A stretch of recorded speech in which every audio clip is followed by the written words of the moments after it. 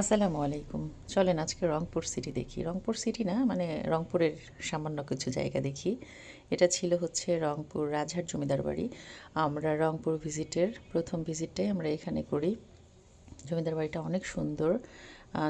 এইখানে যেয়ে আমাদের সবারই মোটামুটি মনে হয়েছে যে এটা আহসান মঞ্জিলের ভাই, মানে একেবারেই দেখতে সেম টু সেম।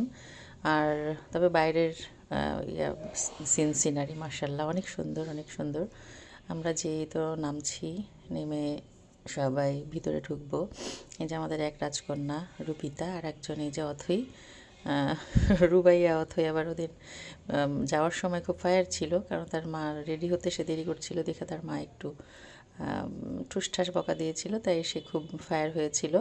তো গাড়িতে যেয়ে মোটামুটি নর্মাল হয়ে গিয়েছে। তারপরে যে খুশিতে ভিডিও হলো। আর এই যে আমরা জমিদার বাড়িতে, আসলে আমি বর্ণনা দিতে পারবো না, কারণ জমিদারি বিষয় আসে আসলে আমি এত ভালো বুঝি না, নিজে তো জমিদার না, তো এগুলো বুঝি সুঝি না।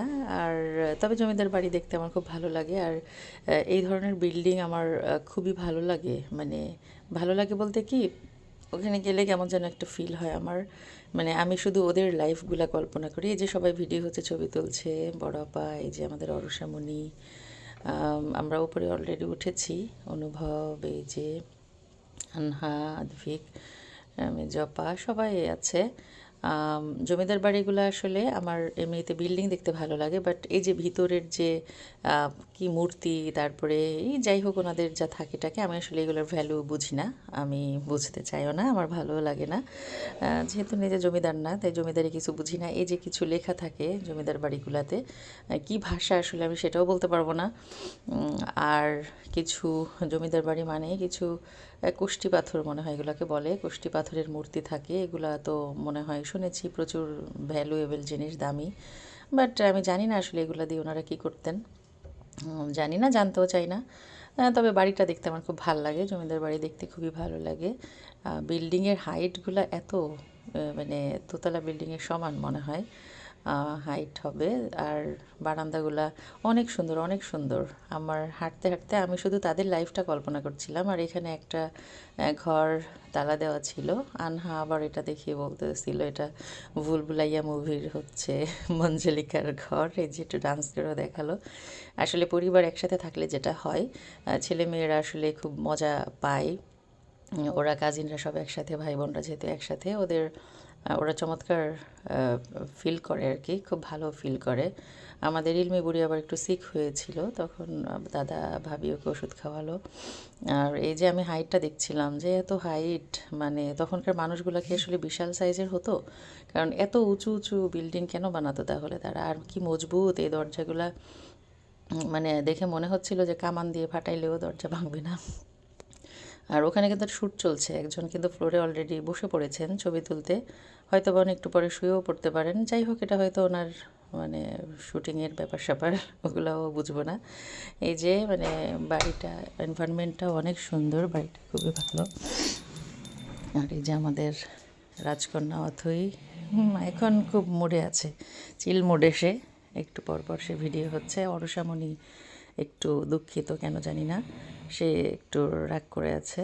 আর এই যে ওরা ভাই বোনরা ছবি তুলছে, ছবি তুলছে সব। আমাদের বাচ্চাগুলো মাশাল্লাহ ওরা অনেক লক্ষ্মী। এই যে ভাই বোন, ওদের অনেক ভালো বন্ডিং, সবাই দোয়া করবেন ওরা যেন সারা জীবন মিলেমিশে থাকতে পারে। আর এই যে সবাই আমার ভাগ্নে ভাগ্নিগুলা, আমার ভাতিজা ভাতিজি সবাই আমাকে অনেক পছন্দ করে। আমি যেহেতু ওদের ছোটো খালা, ছোটো ফুপ্পি।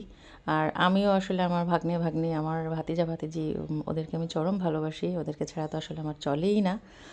ওরা হচ্ছে এখন আমার ফ্রেন্ড। এই যে আমাদের অরুষামণির, ওনার আবার ওখানে গিয়ে কি যেন একটা টেম্পার হয়েছিল আর কি, এই বয়সী বাচ্চাদের যেটা হয়, খুব টেম্পার, রাগ হয়েছিল। আর আমাকে তো আর কেউ ভিডিও করে দিচ্ছিল না, মেয়েকে বললাম একটু ছবি তুলে দাও। পরে দেখলাম যে ও যে ছবিগুলো তুলেছে মার্শাল্লাহ আমাকে খুব জিনের বাদশা, জিনের বাদশা লাগতেছে, সেই লম্বা। যাই হোক, ছবিগুলো ভালোই হয়েছে। আর তারপরে এই যে আমরা কারুপণ্যের ফ্যাক্টরিতে গিয়েছি, রংপুর কারুপণ্যের ফ্যাক্টরিতে মনে হয় অনেকেই দেখেছেন টিভিতে, আমরাও দেখেছি আগে। খুবই ভালো লাগে। আর এখানে আমরা গিয়েছিলাম, ভাইয়া বলে রেখেছিল। তো আমরা এখন ভিজিটে যাব। অসাধারণ একটা ফ্যাক্টরি, মানে মানুষ, এই মালিকটাকে আমি মনে মনে অনেক থ্যাংক ইউ দিয়েছি। বা তার জন্য আসলে দোয়াই থাকবে। মানে এই যে দেখেন, মনে হচ্ছে না কক্সবাজারের পাহাড় পিছনে, মানে এত সুন্দর করে একটা মানুষ ফ্যাক্টরি বানাতে পারে, পরিবেশ বান্ধব চিন্তা ভাবনা করতে পারে, এটা অবশ্যই তার বিশাল মনের ব্যাপার। সে অনেক বড় মনের মানুষ এবং অবশ্যই মানবিক মানুষ, না হলে এটা সম্ভব ছিল না।